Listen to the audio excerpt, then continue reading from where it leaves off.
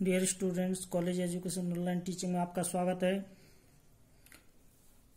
हमारा टॉपिक है लोक कल्याणकारी राज्य की आलोचना। लोक कल्याणकारी राज्य के आलोचकों के द्वारा इसकी आलोचना की जाती है, जिसके प्रमुख बिंदु इस प्रकार से हैं। नंबर 1, व्यक्ति की स्वतंत्रता का हनन। लोक कल्याणकारी राज्य के आलोचक ये तर्क देते हैं कि लोक कल्याणकारी राज्य की जो व्यवस्था है वो व्यक्ति की स्वतंत्रता का हनन करता है, क्योंकि बहुत से कार्य राज्य द्वारा अपने नियंत्रण में किए जाते हैं। ऐसी स्थिति में राज्य के कर्मचारियों की शक्ति बढ़ जाती है और व्यक्ति की स्वतंत्रता सीमित हो जाती है। दूसरा पॉइंट आता है नौकरशाही का विकास।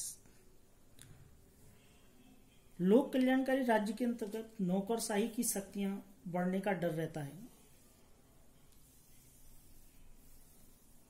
और शासन के कार्यों एवं दायित्वों में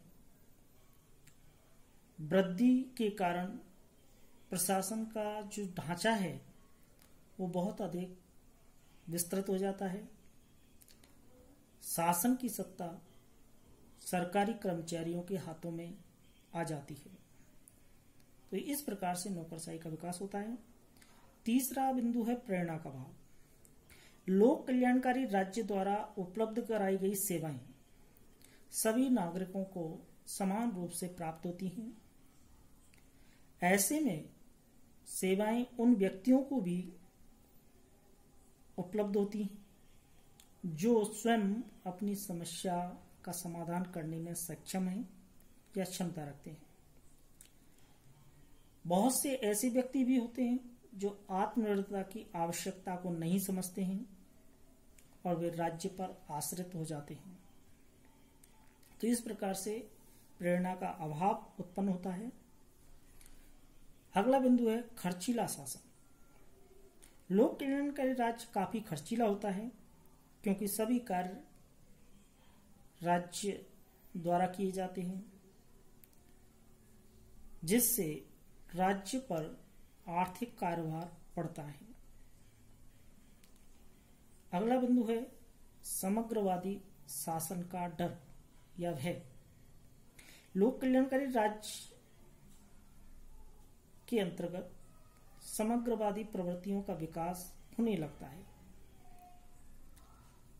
इस प्रकार के राज्य के द्वारा राज्यवाद को बढ़ावा दिया जाता है और सर्वत्र जगह राज्य की सत्ता को स्थापित करता है।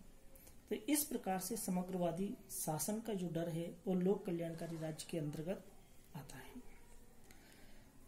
अगला बिंदु है उत्पादन में कमी। लोक कल्याणकारी राज्य के द्वारा सामान्य जनता की भलाई के लिए अनेक प्रकार के योजनाएं बनाई जाती हैं, अनेक प्रकार के कार्यक्रम चलाए जाते हैं और नागरिकों को अधिक से अधिक सुविधाएं उपलब्ध कराई जाती हैं। इन सब के लिए अर्थ की जरूरत होती है और राज्य इस अर्थ की पूर्ति धनी व्यक्तियों पर अत्यधिक कर लगा करके करता है।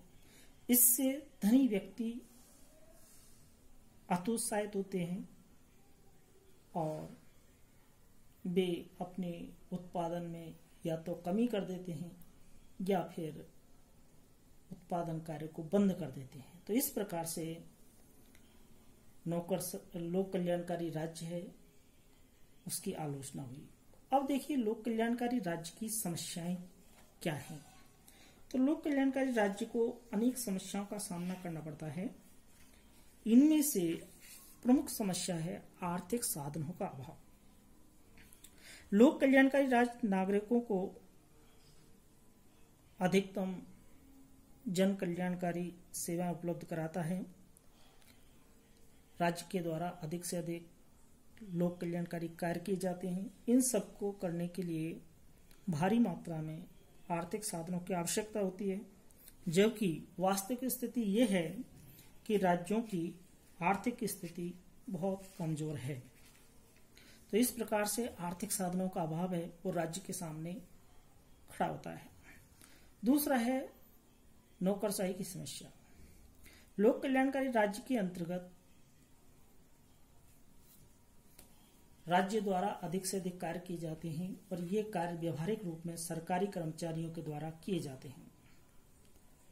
लेकिन जब नौकरशाही में अर्थात सरकारी कर्मचारियों में प्रतिबद्धता की कमी होती है, प्रतिबद्धता का अभाव होता है, तो महत्वपूर्ण जो योजनाएं बनाई गई, महत्वपूर्ण जो कार्यक्रम संचालित किए गए, उनमें राज्य को असफलता मिलती है और कल्याणकारी राज्य की जो गति है वो धीमी पड़ जाती है। कल्याणकारी राज्य की जो गति है वो मंद पड़ जाती है। तो इस प्रकार से नौकरशाही की एक जो वैचारिक दृष्टिकोण है वो भी एक समस्या है। इसी प्रकार से अगला जो समस्या है वो है वैचारिक संघर्ष की समस्या। वैचारिक दृष्टि से लोक कल्याणकारी राज्य की जो अवधारणा है ये व्यक्तिवाद और समाजवाद का मिश्रण है। ये दोनों विचारधाराएं